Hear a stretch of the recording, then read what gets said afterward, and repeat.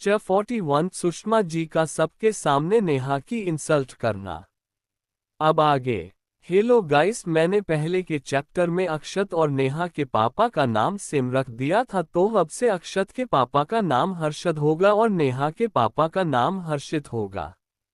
Okay आते हैं इस कहानी पर। धनराज जी की बात सुन नेहा उन्हें देख मुस्कुराकर बोलती है हर्षित। अभी नेहा ने इतना ही कहा था कि तभी एक छोटा बच्चा आकर नेहा से टकरा जाता है और रोने लग जाता है। वहीं नेहा उस बच्चे को गिरा हुआ देख उससे उठती है और प्यार से पूछती है बच्चा आपको कहीं लगी तो नहीं।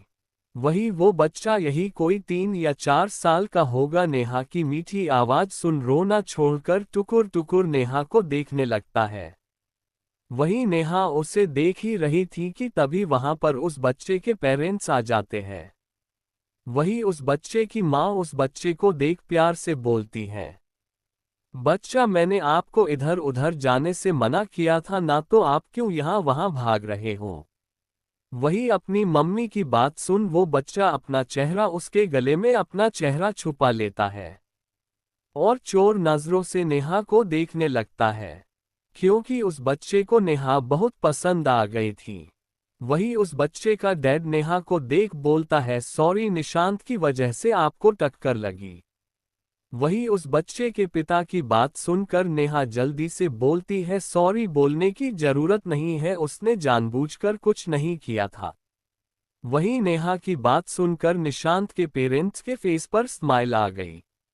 वही निशांत को उसके पेरेंट लेकर अपनी टेबल की तरफ जा रहे थे जो वह पर सभी गेस्ट के लिए लगवाया गया था कि तभी निशांत अपनी तोतली आवाज में बोला मम्मा लूटो।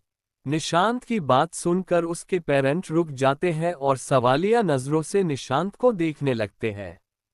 वहीं निशांत नेहा की तरफ देखकर आपने पास आने का इशारा करता है। पहले तो नेहा निशांत के रुकने से बोलकर सवालिया नजरों से देखने लगती है, फिर निशांत को खुद की तरफ इशारा करता देख नेहा कंफ्यूजन से उसे देखने लग जाती है। वहीं निशांत फिर से नेहा की तरफ इशारा कर आपने पास आने के लिए बोलता है, तो नेहा निशांत के पास जाकर खड़ी हो जाती है। वहीं निशांत इस वक्त अपनी मम्मी के गोद में था। वो नेहा की तरफ आपने हाथ बढ़ा देता है तो नेहा भी उससे गोदी ले लेती है। वहीं निशांत को नेहा की गोद में जाता देखकर उसके पेरेंट काफी हैरानी से निशांत की तरफ देख रही होते हैं कि निशांत का अगला क्या एक्शन होगा। वहीं पास में ही खड़ी राजवंश परिवार, सिंघानिया परिवार और शेखावत परिवार भी कंफ्यूज नजरों से निशांत की तरफ देख रहे थे। वहीं निशांत नेहा के गाल पर एक किस करके बोलता है स्वीटी आप बहुत ब्यूटीफुल हो। वहीं निशांत का नेहा के गाल पर किस करना तो उसके पेरेंट्स को झटका ही लग गया था, क्योंकि निशांत को नहीं पसंद था कि कोई उससे चिपके, पर यहाँ तो निशांत खुद ही नेहा से चिपक रहा था, ऊपर से उसे किस भी कर रहा था जिससे खुद के पेरेंट्स का उसे किस कर पसंद नहीं था। मैं आपको निशांत के पेरेंट का इंट्रोडक्शन करवा देती हूँ। निशांत के पापा का नाम नक्श लूथरा और मम्मी का नाम समीरा लूथरा था। लूथरा और राजवंश बिजनेस पार्टनर हैं। जिस जी लूथरा फैमिली यहाँ आई है, बात करें स्वभाव से नक्श लूथरा और समीरा लूथरा बहुत ही अच्छे हैं। और वही निशांत को देखकर कंफ्यूजन में इसलिए थे क्योंकि वो भी निशांत से बहुत सी पार्टीज में मिले थे, तो सभी को निशांत के नेचर के बारे में पता था। खैर, नेहा को निशांत के ऐसे कहने से और किस करने से वो हंसकर कहती है अच्छा तो मैं आपको ब्यूटीफुल लगती हूँ। तो निशांत जल्दी से अपना सिर हाँ में हिला देता है, तो नेहा भी उसके गाल पर किस करते हुए बोली आप भी बहुत हैंडसम हो। वहीं निशांत के कान इस वक्त लाल हो गए थे क्योंकि भाई यह नेहा का ऐसे खुद को किस करने पर बहुत ही शर्म आ रही थी। वही सभी को निशांत को ऐसे लाल होता देखकर फिर से शौक हो जाते हैं, पर सभी जल्दी ही खुद को संभाल लेते हैं। वही फिर निशांत अपने पेरेंट्स के साथ चला जाता है। इस वक्त निशांत को नेहा से दूर जाता देख कुछ लोग बहुत खुश थे। जी हाँ, ये और कोई नहीं वैराग्य नील ध्वज थे, जिन्हें निशांत से जलन हो रही थी क्योंकि उसने नेहा का सारा अटेंशन जो ले लिया था। नील और ध्वज कुछ ही समय में नेहा से बहुत ही ज्यादा अटैच हो गई थे और पजेसिव भी। वहीं निशांत के जाने के बाद नेहा को याद आता है कि दादाजी ने उसे उसके पिता का नाम पूछा था। तो नेहा धनराज दादाजी को देखकर बोली, मेरे पिता का नाम हर्षित वर्मा है। वहीं नेहा के पिता का नाम जानने के बाद दादाजी का चेहरा उदास हो गया, शायद उन्हें नेहा के मुंह से किसी दूसरे का नाम सुनना था।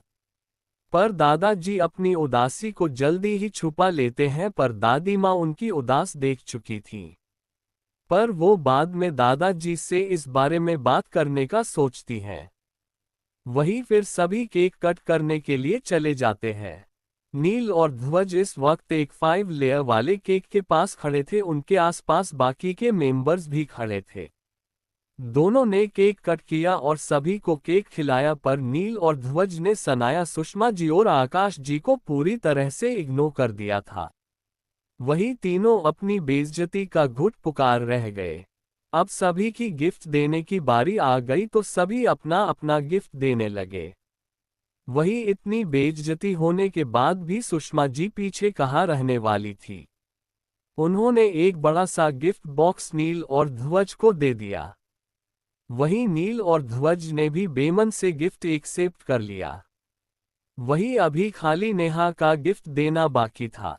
वहीं नील और ध्वज अब नेहा की तरह एक्साइटेड होकर देख रहे थे कि अब उनकी नेहादी क्या देने वाली थी। तो नेहा दोनों को एक एक छोटा सा गिफ्ट बॉक्स देती है। तो नील और ध्वज भी खुशी खुशी उसे एक्सेप्ट कर लेते हैं, क्योंकि नेहा ने उन्हें गिफ्ट दिया। वो ये सोचकर ही खुशी से फूले नहीं समा रहे थे। वही सभी परिवार दोनों को नेहा के गिफ्ट देने से इतना एक्साइटेड होता देखना में सिर हिला देते हैं। इस वक्त सभी बहुत खुद थे, पर उनकी खुशी ज्यादा देर तक नहीं रही। वही सुषमा जी को आप नेहा से और ज्यादा चिढ़ हो रही थी, क्योंकि उन्होंने दोनों को इतना बड़ा गिफ्ट बॉक्स दिया पर दोनों के चेहरे पर खुशी नहीं दिखी, पर नेहा के दोनों को इस छोटे से गिफ्ट को देख हो रही थी। इसलिए उन्होंने मुंह बनाकर नेहा को नीचा दिखाकर बोला, तुम इतना छोटा गिफ्ट नील और ध्वज को कैसे दे सकती हो? क्या हमारा स्टैंडर्ड इतना लो है? अगर तुम अच्छा गिफ्ट अफोर्ड नहीं कर सकती तो तुम्हें इतनी हाई स्टैंडर्ड पार्टी में आना ही नहीं चाहिए। वही सभी को इस वक्त सुषमा जी पर बहुत ही गुस्सा आ रहा था। वही सनाया को तो नेहा की इतने लोगों के सामने बेइज्जती होते देख अंदर से खुशी से नाच रही थी। वही आसपास के लोग भी अब नेहा को देख हंसने लग गए थे। वही वैराग्य सुषमा जी और अपनी जलती निगाहों से देख रहा था, जैसे अभी अगर कोई यहाँ ना होता तो उनका ये आखिरी दिन होता। वही जब नील को और बर्दाश्त नहीं होता तो वो बोलता है, आपको बहुत पता है कि किसी को कैसे गिफ्ट देने चाहिए। और वैसे भी जब मुझे कुछ प्रॉब्लम नहीं है तो आपका इतना क्यों जा रहा है? और मेरी दी मुझे कुछ भी दे, मुझे अच्छा ही लगेगा, समझिए आप। इस पर सुषमा जी नील को देख बोलती है, ओ अच्छा तो हमें भी दिखाओ, आखिर कौन सी चीप गिफ्ट दिया है तुम्हारी दी ने, और हंसने लग जाती है। वही आसपास के लोग भी हंसने लग जाते हैं। वही सनाया भी चाहती थी कि नील सभी के सामने नेहा का गिफ्ट खोले और सभी के सामने उसकी बेइज्जती हो। वही इस वक्त नेहा के दोस्तों को भी बहुत ज्यादा गुस्सा आ रहा था। वहीं नील उनकी बात सुनकर नेहा का दिया हुआ गिफ्ट खोलकर देखता है तो वो शॉक हो जाता है। वहीं नील को अपना गिफ्ट देख इतना शौक होता देखकर उसके पास जाकर देखते हैं तो वे भी शौक हो जाते हैं। वही तभी सिद्धि कुछ ऐसा बोलती है कि वह मौजूद सभी लोग शौक हो जाते हैं। तो आखिर ऐसा क्या कहा सिद्धि ने जिसे सुन सभी शौक हो गए? तो नेहा ने नील को क्या गिफ्ट दिया होगा? आज के लिए इतना ही। आगे जानने के लिए पढ़ते रहिए मेरी नोवेल। च 42 विपुल अंसारी, नेहा, नील, ध्वज और समय का परफॉर्मेंस। अब आगे। वहीं नील को गिफ्ट खोलता देखकर सनाया और सुषमा जी तो मन ही मन खुशी से नाच रही थी, क्योंकि दोनों सभी के सामने नेहा की बेइज्जती होता हुआ देखना चाहती थी। वहीं नील गिफ्ट बॉक्स खोलकर देखता है तो शौक हो जाता है। वही सभी फैमिली मेंबर भी क्यूरियस होकर गिफ्ट को देखने लगते हैं तो वे सभी भी शौक हो जाते हैं। वही सुषमा जी और शनाया जिनसे अभी तक नेहा की बेइज्जती होते हुए नहीं दिखी। ऊपर से सभी घर वाले शौक होके गिफ्ट को देख रहे थे, इसलिए दोनों भी क्यूरियस होकर गिफ्ट की तरफ देखा तो दोनों हैरानी से गिफ्ट को देखने लगी।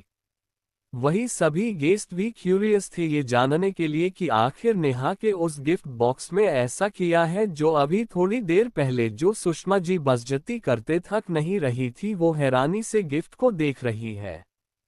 तभी सभी के कानों में सिद्धि की आवाज सुनाई दी जो बोल रही थी, वाह ये तो डायमंड वॉच है जो एक फेमस ब्रांड का है, ये बस पूरे वर्ल्ड में 2 ही पीस लॉन्च हुई थी वो भी कल ही और तुरंत ही किसी ने खरीद लिया था। वही सभी गेस्ट सिद्धि की बात सुन हैरान हो गए क्योंकि सुषमा जी को नेहा की इंसल्ट करता देखकर उन्हें लगा था कि नेहा किसी मिडिल क्लास फैमिली से बिलोंग करती होगी, पर यहाँ तो मामला ही उल्टा है।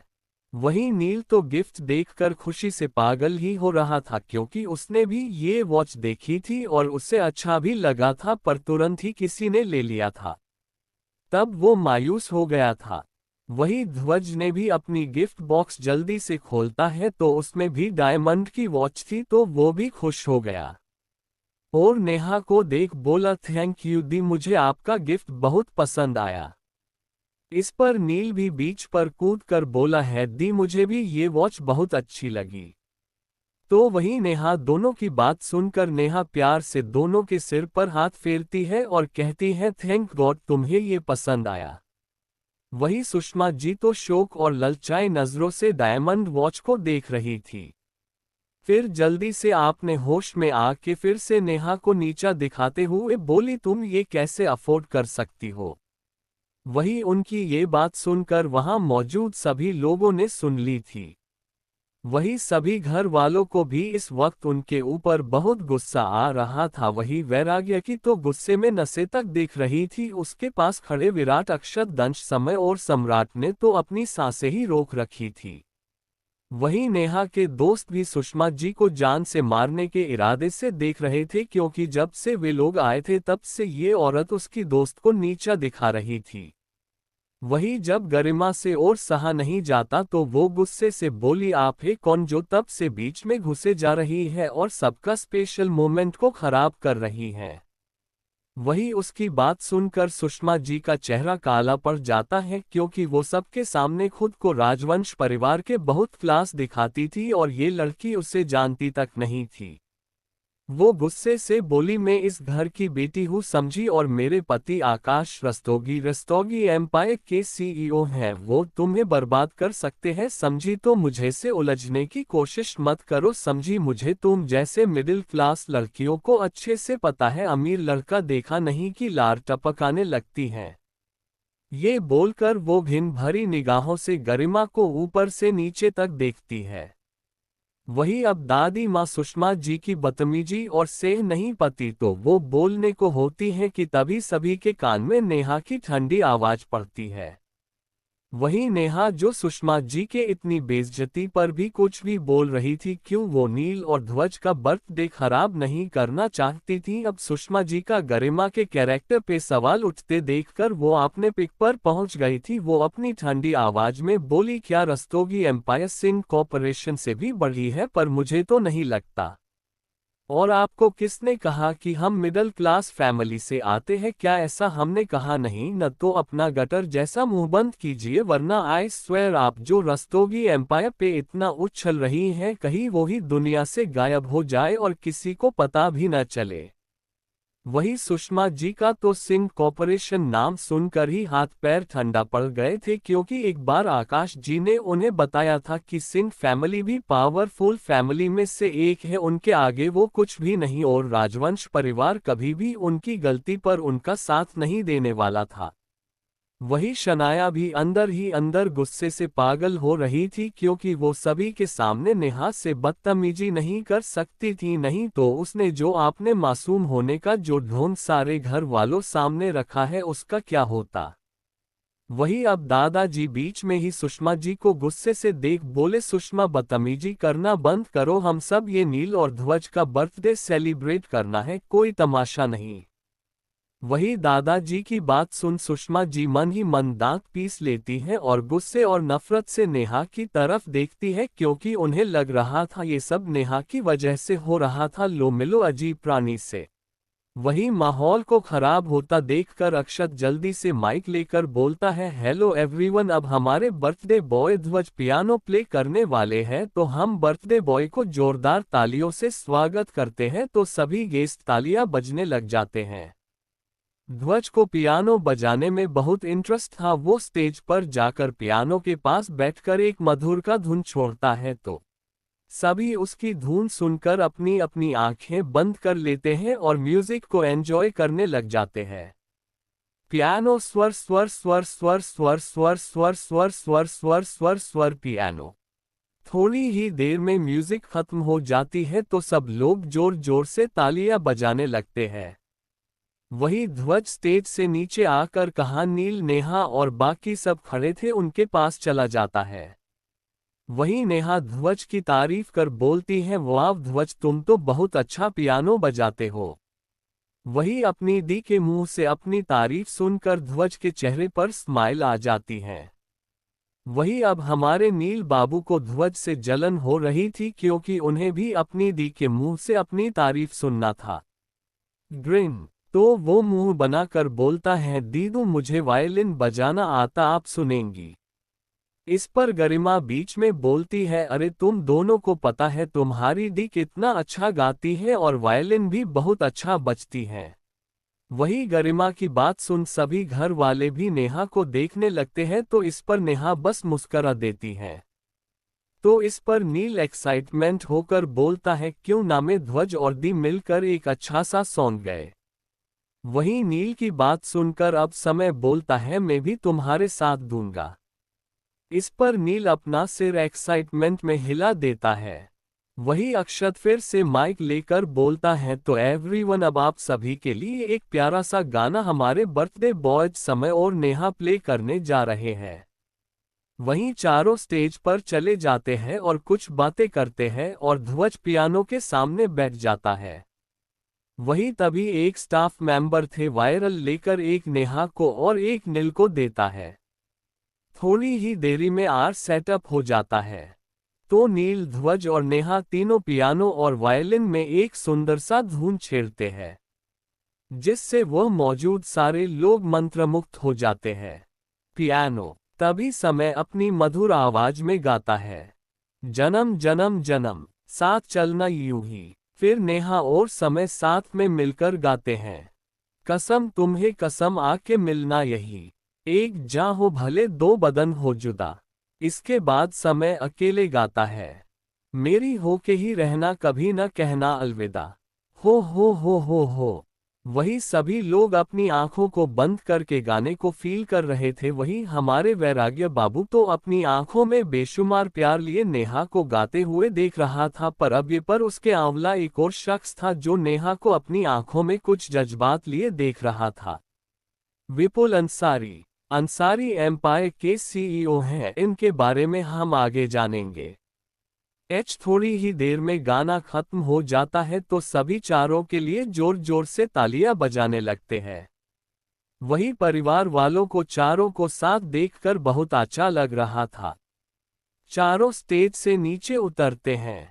वही वहां से ध्वज कुछ फ्रेंड के पास चला जाता है, तो वही समय नेहा और नील के पेट से एक साथ आवाज आती है। ये देखकर तीनों एक दूसरे को देखकर हंसने लग जाते हैं और उधर से फूड कोर्ट की तरफ चले जाते हैं कि तभी निशांत भी आकर नेहा से चिपक जाता है, जैसे बोलना चाह रहा हो, मुझे भी आपके साथ जाना है। तो नेहा हंसकर उसे गोद में उठाकर चल देती है।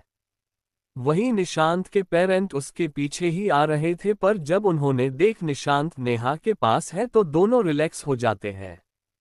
वही उधर फूड कोर्ट के तरफ हो सीन ही अलग था, क्योंकि नील, समय, नेहा और निशांत ठूस ठूस कर खाना खा रहे थे, जैसे अभी खाने के पर निकल जाएंगे और वह यहां से भाग जाएगा।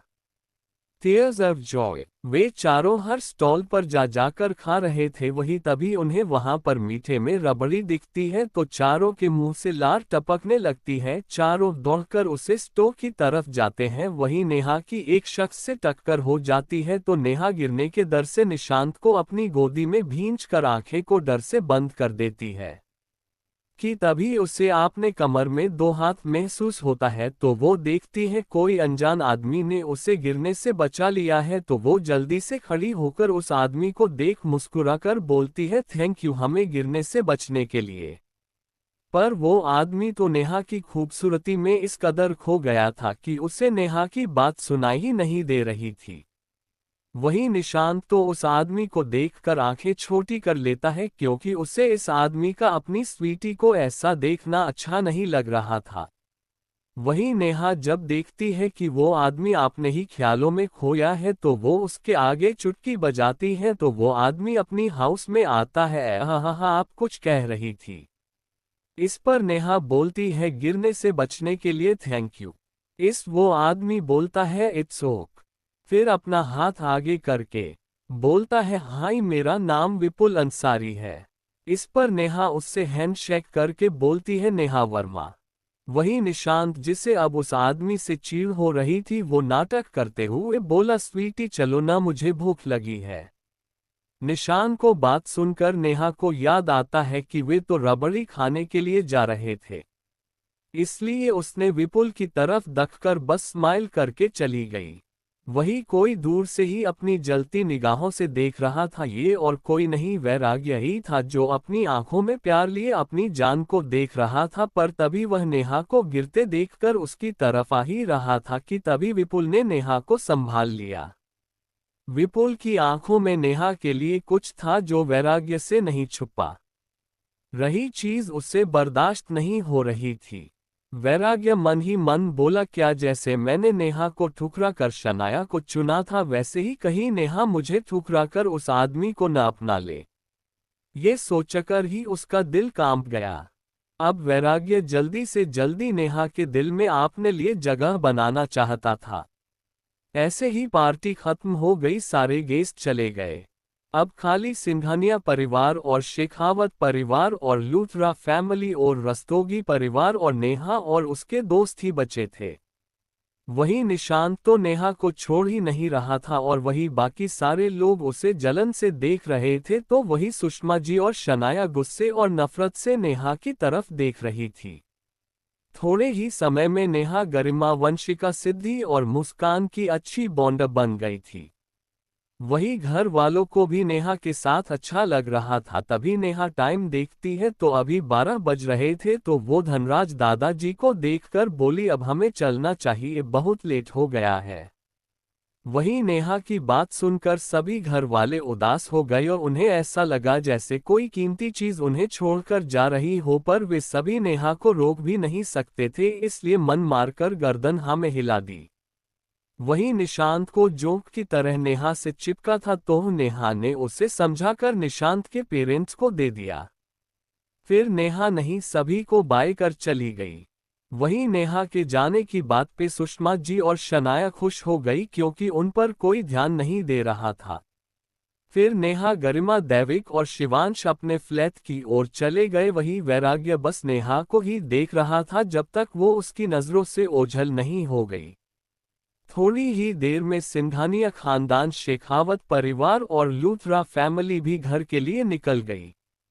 वही आज रस्तोगी परिवार यही रुकने वाले थे। फिर सभी घर वाले भी अपने अपने कमरे में चले गए। दादाजी और दादी माँ का कमरा। दादाजी और दादी माँ रूम में इंटर किए ही थे कि तभी दादाजी का फोन रिंग हुआ। वही फ्लैश हो रहे नाम को देखकर दादाजी की आंखें सितारे की तरह चमकने लगी। वही दादी माँ भी दादाजी को ही देख रही थी। तो आखिर किसका कॉल आया होगा दादाजी को? आज के लिए इतना ही। आगे जानने के लिए पढ़ते रहिए मेरी नोवेल दिल च 43 बुरा सपना, शनाया और सुषमा जी की नफरत नेहा के लिए। अब आगे। अभी दादाजी फोन को ही अपनी चमकती आंखों से देख ही रहे थे कि तभी दादी बोली, आप फोन को क्या इतना देख रहे हैं, जल्दी कॉल उठाइए, कोई आपको कॉल कर रहा है। दादी की बात पर दादाजी होश में आते हैं और जल्दी से कॉल पिक करते हैं तो दूसरी तरफ से कोई कुछ बोलता है। वही दादाजी की आंखें में जो अभी इतनी चमक रही थी वो फीकी पड़ जाती है और थोड़ी देर बात करने के बाद कॉल कट कर देते हैं। वही अभी तक दादी माँ बड़े ध्यान से दादाजी के बनते बिगड़ते भाव को देख रही थी। कॉल कट होने के बाद दादाजी भी बेड पर आकर बैठ गए। वही दादी माँ दादाजी से बोली, क्या हुआ? दादी माँ की बात सुन दादाजी बोलते हैं, मेरे उस डिटेक्टिव का कॉल आया था जिसे मैंने नेहा की इंफॉर्मेशन निकलने को कहा था। दादाजी की बात पर दादी माँ खुश होकर बोली, अच्छा उस डिटेक्टिव ने क्या कहा? यही ना कि नेहा हमारी ही पोती है। चलो, और वो नालायक कहाँ चुप कर बैठा है, उसका कुछ पता चला मैं उसका कान पकड़कर वापस घर लाऊंगी। उसकी हिम्मत कैसे हुई हमारी परपोती को इतने सालों से हमसे दूर रखने की। आज पार्टी के बाद जब गुड़िया जाने की बात कर रही थी तब मुझे ऐसा लगा जैसे कोई अपना मुझे छोड़कर जा रहा है। हम कल सुबह ही नेहा को ये लेके आ जाएंगे। दादी माँ खुशी से बोले ही जा रही थी। वही दादाजी बिना भाव के दादी माँ में चेहरे को देख रहे थे। वो अब कैसे बताए कि दादी माँ जो सोच रही है ऐसा कुछ भी नहीं है, नेहा उनकी पोती नहीं है। पर वो दादी माँ को इतना खुश देखकर चुपचाप बस दादी माँ को देख रहे थे। वही दादी माँ बोलते हुए जब दादाजी को देखती हैं जो बिना भाव के उन्हें ही देख रहे हैं तो दादी माँ उनका हाथ पकड़कर बोलती है, क्या हुआ, आप खुश नहीं है? इस पर दादाजी उनके हाथ पर अपना हाथ रख बोलते हैं, अब हम जो बताने जा रहे हैं वो आप ध्यान से सुनिए। वही दादाजी की बात पे और उनके सीरियस चेहरे को देखकर दादी माँ को अब थोड़ा डर लगने लगा। दादाजी ने दादी माँ की आंखों में देखकर कहा, नेहा हमारी परपोती नहीं है। अभी उस डिटेक्टिव ने हमें नेहा के पापा की फोटो भेजी थी, वो हमारे हर्षित भी थे। ये सुनकर दादी माँ की आंखें गीली हो जाती है और रुआसी आवाज में बोलती है, पर नेहा को देखकर हमें हर्षित की ही याद आती है। आप एक बार फिर से इंफॉर्मेशन निकलने के लिए बोलिए, शायद इस बार कोई गलती हुई हो। इस पर दादाजी दादी माँ को सांत्वना देते हुए बोलते हैं, सब ठीक होगा। फिर दोनों सोने चले जाते हैं। वही गेस्ट रूम में शनाया गुस्से से सारा सामान तोड़फोड़ रही थी। वो तो अच्छा है कि रूम साउंड प्रूफ था, वरना सनाया का भंडा फूट जाता। सनाया अभी गुस्से से चक्कर लगा ही रही थी कि तभी सुषमा जी उसके रूम में इंटर करती हैं। वही रूम का हाल देख वो सनाया से कहती है, किस चीज का गुस्से निकाल रही हो? वही सनाया गुस्से से बोलती है, आपने नोटिस किया जब से नेहा पार्टी में आई थी वैराग्य उसे ही प्यार से देख रहा था जैसे वो उससे प्यार करता हो, जबकि वैराग्य मुझे सीधे मुंह बात तक नहीं करता है। मुझे उस नेहा से नफरत हो रही है, मैं उसे छोड़ूंगी नहीं। वही सनाया की बात सुन सुषमा जी भी गुस्से से बोली, हाँ उसकी वजह से आज पार्टी में मेरी कितनी बेइज्जती हुई है, उसे तो मैं छोड़ूंगी नहीं। इस वक्त दोनों के ही आंखों में नेहा के लिए नफरत दिख रही थी। फिर सुषमा जी सनाया की तरफ देख के बोली, तुम वैराग्य पे ध्यान दो, वो एक सोने के अंडे देने वाली मुर्गी है। अगर एक बार वैराग्य तुम्हारा हो जाए तो सब कुछ तुम्हारा होगा। सुषमा जी की बात पे सनाया शातिर तरीके से मुस्कुराते हुए बोली, वैराग्य सिर्फ मेरा होगा, सिर्फ और सिर्फ मेरा। इसी तरह दोनों कुछ प्लानिंग करके सोने के लिए चले जाते हैं। एक रूम में इस वक्त नेहा एक शॉर्ट जी रिवीलिंग नाइटी पहने हुए थे और खुद को मिरर में निहार रही थी कि तभी पीछे से किसी ने इसे गले लगा लेता है। ये विपुल था। विपुल नेहा की गर्दन पे किस और बाइट करना स्टार्ट कर देता है जिससे नेहा की सिसकी निकल जाती है। तभी विपुल उसे अपनी तरफ घूमता है और नेहा के गले में हाथ कर सहलाने लगता है। वहीं नेहा भी अपने दोनों हाथों को विपुल की गर्दन में डाल देती है। विपुल नेहा के माथे पर किस करता है, फिर उसके दोनों गालों पर भी चीन पर और आखिरी में वो नेहा की होठों के तरफ बढ़ता है। वहीं नेहा भी विपुल को अपनी नशीली आंखों से देख रही थी। अभी विपुल और नेहा के होठों में बस 1 इंच का ही फासला था जिसे विपुल ने जल्दी ही मिटा दिया और नेहा को हंगरली किस करने लगा। वहीं नेहा भी उसका पूरा साथ साथ दे रही थी। थोड़ी देर बाद जब नेहा को सांस नहीं आती तो नेहा विपुल के शोल्डर से धक्का देने लगती है। वही विपुल को जब लगता है नेहा सांस भी ले पा रही है तो वो नेहा के होठों को छोड़कर उसके गले पर आ जाता है। तभी उसे नेहा के गले में कुछ महसूस होता है तो वो देखता है कि ये मंगलसूत्र था। ये देखकर विपुल के चेहरे पर गहरी मुस्कान आ जाती है और वो फिर से उसके गले में किस और शक करने लग जाता है। वही नहीं विपुल के बालों को सहला रही थी कि तभी विपुल उसे अपनी गोद में उठाकर बेड पे ले आता है और उसे लेटा कर उसके ऊपर आ जाता है और फिर ने उसके होंठ पर अपना होठ रख देता है। दोनों एक दूसरे को बहुत पैशन के साथ किस कर रही होते हैं। वही विपुल अपने हाथी से नेहा के पूरे शरीर को सहला रहा था। देखते ही देखते विपुल ने नेहा का वो नाइटी उतार कर फेंक दी और नेहा के ऊपर से उठकर अपने कपड़े भी खोलकर बेड के नीचे फेंक दी और फिर से नेहा के अप्पा आ गया। अभी विपुल और नेहा इससे आगे बढ़ते कि तभी वहां पर रखा वास टूटकर गिर जाता है और इसी के साथ वैराग्य जोर से चिल्लाते हुए उठता है, नो। इस वक्त उसके पूरे शरीर में पसीना आ रखा था। वो इधर उधर अपनी नजरें घुमाता है तो देखता है कि वो अपने कमरे में था। तभी उसकी नजर घड़ी पर जाती है तो देखता है अभी सुबह के 7 बज रहे थे। वैराग्य खुद से ही बोलता है, इतना बुरा सपना मैं मेरी जान को सपने में भी किसी और के साथ नहीं देख सकता, वो सिर्फ और सिर्फ मेरी है। उसे आपने सपने को याद करके बहुत गुस्सा आ रहा था। इस वक्त उसकी हल्की आंखें नम भी हो गई थीं। वो अभी आपने ख्यालों में खोया हुआ ही था कि तभी उसका फोन रिंग करता है। तो वैराग्य को किसका कॉल आया होगा? आज के लिए इतना ही। आगे जानने के लिए पढ़ते रहिए मेरी नोवेल। चैप्टर 44 नेहा को बंद किया किसी ने लाइब्रेरी में। अब आगे वैराग्य देखता है तो ये विराट का कॉल आ रहा था। वैराग्य कॉल पिक करता है। दूसरी साइड से विराट की आवाज जो बोल रहा था, आज तुम्हारी एक इम्पोर्टेंट मीटिंग है 9 बजे। विराट की बात पर बस वैराग्य हम बोलकर कॉल कट कर देता है। वही दूसरी तरफ विराट वैराग्य की नकल करते हुए बोलता है, हम खड़ूस कहीं का। तभी उसका फोन रिंग करने लगता है तो वो देखता है कि वैराग्य उसे कॉल कर रहा है तो वो कॉल पिक करता है तो दूसरी साइड से वैराग्य बिना भाव के बोल, अगर मेरी नकल उतारना हो गया हो तो आज की मीटिंग की फाइल रेडी रखना। वही विराट वैराग्य की बात सुन हड़बड़ाकर अपने रूम में चारों तरफ देखता है और मन ही मन बोला, कहीं इसने कोई हिडन कैमरा तो भी लगा दिया है। तभी फिर से वैराग्य की आवाज आती है, नहीं मैंने कोई कैमरा नहीं लगाया है और टाइम से आ जाना। इतना बोल कॉल कट कर देता है। वही विराट बस एक तक फोन की तरफ देख रहा था और मन ही मन बोला, क्या मेरा दोस्त कोई अंतर्यामी है? अगर है तो मैं इससे अपनी फ्यूचर वाइफ के बारे में पूछूंगा। लो भाई, हमारे विराट बाबू तो अपनी फ्यूचर वाइफ के बारे में जानने के लिए कुछ ज्यादा ही एक्साइटेड लग रहे हैं। Tears of Joy, tears of Joy, tears of Joy. खैर फिर विराट रेडी होने चला जाता है। वही शेखावत मैंशन। वैराग्य इस वक्त शॉवर के नीचे खड़ा था। उसके दिमाग में अभी भी सुबह का वो सपना हटा नहीं था जिस वजह से उसे नेहा से मिलने का मन कर रहा था। पर उसकी एक इम्पोर्टेंट मीटिंग थी, इसलिए वो मीटिंग होने के बाद डायरेक्ट कॉलेज जाने का सोच रहा था।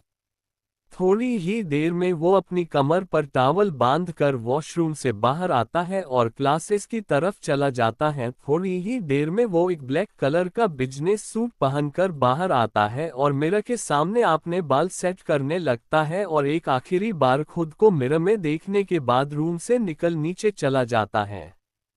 इस वक्त सभी डाइनिंग टेबल पर बैठे थे। वैराग्य भी सबको गुड मॉर्निंग ग्रीट करके अपनी चेयर पर बैठ जाता है।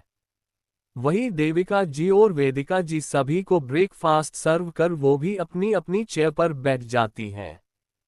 सभी का ब्रेकफास्ट थोड़ी देरी में कंप्लीट हो जाती है और सब अपने अपने काम के लिए निकल जाते हैं। वंशिका और सिद्धि कॉलेज के लिए निकल जाते हैं। वैराग्य और दंश भी मीटिंग के लिए ऑफिस निकल जाते हैं। करीब 1 घंटे बाद दोनों ऑफिस पहुंच जाते हैं। वही एक बॉडीगार्ड आगे आके गेट खोलता है तो वैराग्य अपने शूट का बटन बंद करते हुए निकलता है और अपनी आंखों में गॉगल्स लगाकर स्टाइल से चलते हुए ऑफिस में इंटर करता है। वही उसके पीछे दंश भी अपने स्वैग में चलते हुए ऑफिस में इंटर करता है। दोनों जैसे ही ऑफिस में इंटर करते हैं, सारी लड़कियां उन्हें देखकर आहें भरने लगती है। तभी एक लड़की बोलती है, यार सिर कितने हैंडसम हैं ना, काश ये मुझे अपनी गर्लफ्रेंड बना लेते या एक रात के लिए भी अगर इनके साथ बीते का मौका मिल जाता तो मैं तो धन्य हो जाती। वही उसी के पास खड़ी लड़की बोली, आपने शब्द को कभी भी सिर के सामने मत निकलना वरना तुम्हें हेल के दर्शन करवा देंगे समझी, और आपने सपनों को सपना ही रहने दो। ये बोलकर मुंह बना लेती हैं। वही पहले वाली लड़की जिसे वैराग्य के डेविल रूप के बारे में पता नहीं था क्योंकि वो न्यू ज्वाइन हुई थी, उसका नशा न था। वो मन ही मन बोली, मेरा सपना भी पूरा होगा और सिर भी मेरे होंगे क्योंकि मैं अपनी खूबसूरती किसी से कम है क्या, फिर मैं इस पूरे एम्पायर की मालकिन। ये सोचकर वो मन ही मन पागलों की तरफ हंसने लगती हैं और वैराग्य की जाती हुई पीठ को हवस भरी निगाहों से देखकर अपने दांतों को काटने लग जाती हैं। पर वो शायद जानती नहीं थी कि उसकी एक गलती उसे मौत के मुंह में ले जा सकती है। वही वैराग्य और दंश दोनों लिफ्ट से अपने फ्लो पर आकर अपने आपने केबिन में आ जाते हैं। वही वैराग्य आपने केबिन में इंटर करता है तो देखता है विराट पहले से ही मौजूद था। तो वो उसे देखते हुए बोलता है, क्या तुम्हें मीटिंग की तैयारी कर ली? इस पर विराट बोलता है, एस बॉस सब रेडी है, क्लाइंट भी 5 मिनट पहले ही आ गए हैं। इस पर वैराग्य आपने सिर को हिला कर केबिन से निकलकर मीटिंग रूम की तरफ चला जाता है। उसके पीछे विराट भी निकल जाता है। वही वो केबिन में इंटर करता है तो देखता है मैं आनंद उसका ही वेट कर रहे थे और दंश भी वहां पर मौजूद था। वैराग्य अपनी सीट पर बैठ के बोलता है, मीटिंग स्टार्ट करते हैं, तो मिस्टर आनंद अपने असिस्टेंट की तरफ देखकर इशारा करता है तो उनका असिस्टेंट खड़ा होकर प्रेजेंटेशन देना स्टार्ट करता है। तकरीबन 2 घंटे बाद मीटिंग खत्म होती है तो मैं आनंद स्माइल करके वैराग्य की तरफ देखकर बोलते हैं, मिस्टर शेखावत आपको प्रेजेंटेशन कैसी लगी, क्या मैं डील फाइनल समझूं? उनकी बात पर वैराग्य बोलता है, एस मिस्टर आनंद में डील फाइनल करता हूँ। डील फाइनल करने के बाद दोनों हैंडशेक करके करते हैं। फिर वैराग्य बोलता, कॉन्ट्रैक्ट के लिए मेरा असिस्टेंट आपसे कांटेक्ट करेगा। इतना बोलकर वैराग्य, दंश और विराट मीटिंग रूम से निकल जाते हैं। वहीं मिस्टर आनंद और उनका असिस्टेंट भी अपने ऑफिस के तरफ निकल जाते हैं। वही वैराग्य, दंश और विराट मीटिंग के बाद सीधा कॉलेज की तरफ निकल जाते हैं। थोड़ी देर में उनकी गाड़ी कॉलेज में इंटर करती है तो उन्हें वहीं पे अक्षत भी मिल जाता है, क्यों वो भी थोड़ी देर पहले ही पहुंचा था। वही वैराग्य अपनी बेचैन निगाहों से नेहा को खोज रहा था। जब इसे नेहा दिखाई नहीं देती तो बाद में मिलने का सोचकर अपने दोस्तों के साथ क्लास की तरफ चला जाता है। क्लासरूम में इंटर करते करते ही उसे सनाया देखती है जो उसे ही देखकर स्माइल कर रही थी, पर वैराग्य उससे अपनी नजरें फेरकर अपनी सीट पर जाकर बैठ जाता है। उसके साथ उसके दोस्त भी अपनी अपनी जगह बैठ जाते हैं। इसी तरह उनका क्लास स्टार्ट हो जाता है। वहीं दूसरी तरफ नेहा लाइब्रेरी में मौजूद थी और बुक पढ़ रही थी।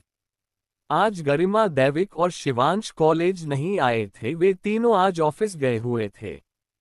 धीरे धीरे सारे बच्चे लाइब्रेरी से जा रहे थे क्योंकि अभी कॉलेज छुट्टी होने का टाइम हो गया है। नेहा जब देखती है लाइब्रेरी में उसके अलावा कोई नहीं है तो वो भी उठकर लाइब्रेरी से निकलने लगती है तो वो देखती है बाहर से किसी ने डोर बंद कर दिया है तो उसके माथे पर सिलवटें उभर आए। उसे लगा शायद कोई गलती से कर गया होगा कि तभी उसे किसी लड़की के हंसन की आवाज सुनाई देती है। तभी नेहा को अपने पीछे किसी का एहसास होता है तो वो झट से पीछे पलटती है तो सामने खड़े इंसान को देख वो शॉक हो जाती है। तो किसने बंद किया नेहा को लाइब्रेरी में? कौन थी वो लड़की जो हंस रही थी लाइब्रेरी के बाहर? नेहा ने किसे देख जो वो शॉक हो गई? आज के लिए इतना ही। आगे जानने के लिए पढ़ते रहिए मेरी नोवेल। चैप्टर 45 शनाया का नेहा को लाइब्रेरी में बंद करना, वैराग्य और नेहा के कुछ स्पेशल मोमेंट। अब आगे। नेहा को बाहर से किसी के हंसने की आवाज सुनाई देती है तो वो समझ जाती है कि किसी ने उसे जानबूझकर लाइब्रेरी में बंद कर दिया है। ये सोचकर उसके एक्सप्रेशन बेहद खराब हो जाते हैं। वही लाइब्रेरी के बाहर शनाया अपने दोनों चमचियों के साथ खड़ी थी और बंद दरवाजे की तरफ देखकर हंसते हुए अपने दोस्तों की तरफ देख बोलती है, बड़ी आई थी मुझे से मेरे वैराग्य को छीनने वाली। अब जब एक रात कॉलेज में अकेली रहेगी तब इसकी अकल ठिकाने आएगी। ये बोलकर डेविल स्माइल करती है। पर शायद शनाया ने नेहा को डरपोक समझ लिया था। पर उसकी आज की हरकत की वजह से शायद आगे जाकर उसे बहुत बड़ा झटका मिलने वाला था। लाइब्रेरी के अंदर तभी उसे एहसास होता है कि कोई उसके पीछे खड़ा है तो नेहा जब से पीछे मुड़ती है तो वो शॉक हो जाती है क्योंकि सामने और कोई भी वैराग्य खड़ा था। वैराग्य बहुत प्यार से उसे देख रहा था। वही वैराग्य नेहा की तरफ देख प्यार से बोलता है, आप ये क्यों खड़ी हो, आपको घर नहीं जाना? वैराग्य की बात पर नेहा उसे देखकर बोलती है, किसी ने बाहर से डोर लॉक कर दिया है। वैराग्य नेहा की बात पर ऐसे रिएक्ट करता है जैसे अब वो कैसे घर जाएगा।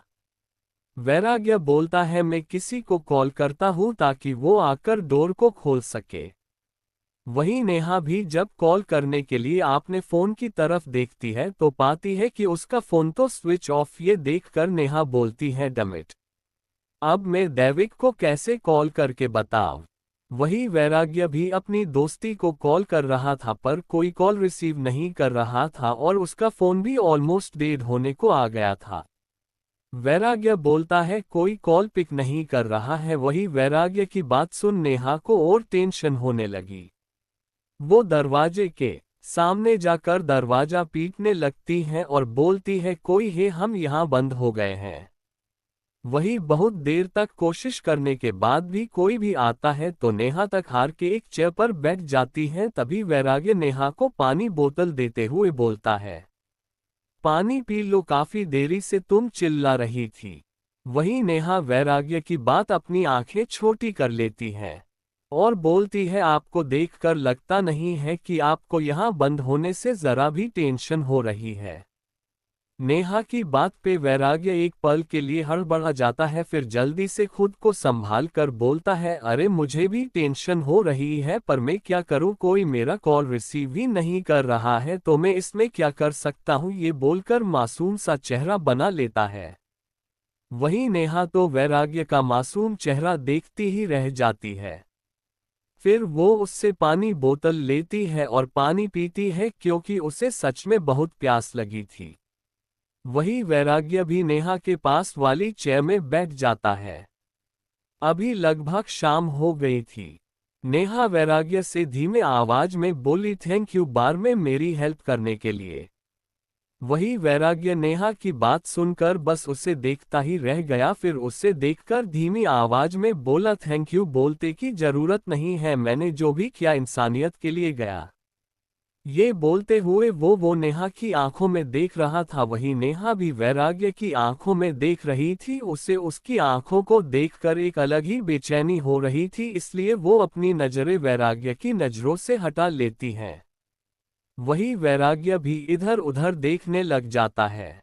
वही नेहा वहां से एक किताब उठाकर पढ़ने लग जाती है तो वही वैराग्य भी एक किताब खोलकर बैठ जाता है जो बस नाम के लिए था। वो प्यार से नेहा को निहार रहा था, वही नेहा भी उसकी नजरों को खुद पर महसूस कर सकती थी पर उसने कुछ नहीं कहा। पता नहीं क्यों वैराग्य का उसको निहारना एक तरफ से अच्छा भी लग रहा था। वही वैराग्य नेहा को निहारते हुए सोचता है, कैसे उसने शनाया और उसके दोस्तों को बात करते हुए सुन लिया था कि वह लोग नेहा को लाइब्रेरी में बंद कर देंगे ताकि नेहा डर जाए। इसलिए वैराग्य मौके का फायदा उठाते हुए लाइब्रेरी में आ गया था ताकि उसे नेहा के साथ कुछ वक्त बिताने को मिल जाए। उसने अपने दोस्तों को भी उसका कॉल उठाने से मना कर दिया था, जिस वजह से वैरागी जब अपने दोस्तों को कॉल कर रहा था तब उसके दोस्त उसका कॉल पिक नहीं कर रहे थे। ये सोचते हुए वैराग्य खुद में ही मुस्कुराने लगता है और प्यार से नेहा को निहारने लगता है। उसकी आंखों में देखकर कोई भी बता सकता था कि वह नेहा से कितना प्यार करता है। वही दोनों यहाँ मगन थे, वही बाहर तहलका मचा हुआ था। हर टीवी न्यूज़ चैनल पर बस एक ही न्यूज़ बार बार आ रही थी। वही एक बड़े से मेंशन में इस वक्त बहुत जोर जोर से रोने की आवाज आ रही थी, जैसे किसी की मौत हो गई हो। वही हाल के बीचों बीच दो लाशें रखी हुई थी और आसपास बहुत सारे लोग थे। आखिर किस चीज के बारे में हर न्यूज़ चैनल में दिखाया जा रहा था? किन दो लोगों की है वो लाशें? आज के लिए इतना ही। आगे जानने के लिए पढ़ते रहिए मेरी नोवेल।